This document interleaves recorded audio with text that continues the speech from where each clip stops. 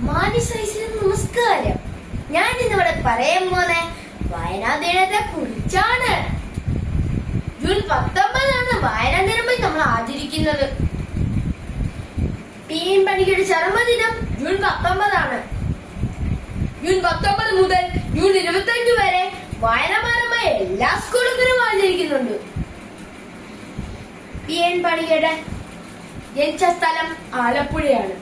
PN പണിക്കരുടെ യഥാർത്ഥ പേര് പൊതുവായ നാരായണ പണിക്കർ എന്നാണ്.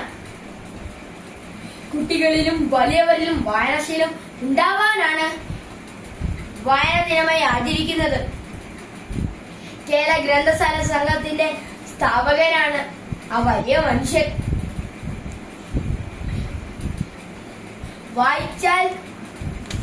വായിച്ചു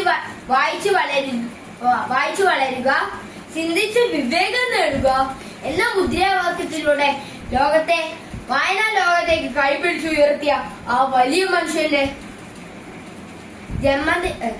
ചരമദിനമാണ് ജൂൺ 19.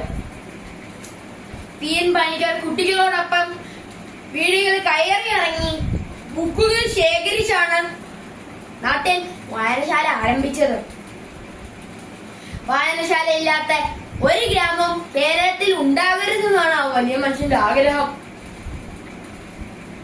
കുട്ടികളെ നമ്മളെല്ലാവരും നല്ല ബുക്കുകൾ വായിക്കണം. ഞാൻ ഉൾപ്പെടെ നിങ്ങൾ എല്ലാവരും TV, മൊബൈൽ എന്ന ലോകത്താണ്. ഇപ്പം റോബോട്ടിക്കും AI ക്യാമറയുടെയും കാലമാണ്. AI വെച്ച് നമുക്ക് എന്തും ഉണ്ടാക്കാം. പക്ഷേ അത് പോരാ. വായിച്ചാൽ നമ്മുടെ തലച്ചോറും ശരീരവും മനസ്സും ഒരേപോലെ പ്രവർത്തിക്കും.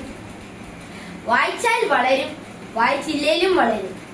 വായിച്ചാൽ വിളയും, വായിച്ചില്ലേ വളയും എന്ന കുഞ്ഞിനി മാഷിന്റെ വാക്കുകൾ ഓർമ്മിപ്പിച്ചുകൊണ്ട് എന്റെ വാക്കുകൾ നിർത്തുന്നു. നന്ദി, നമസ്കാരം.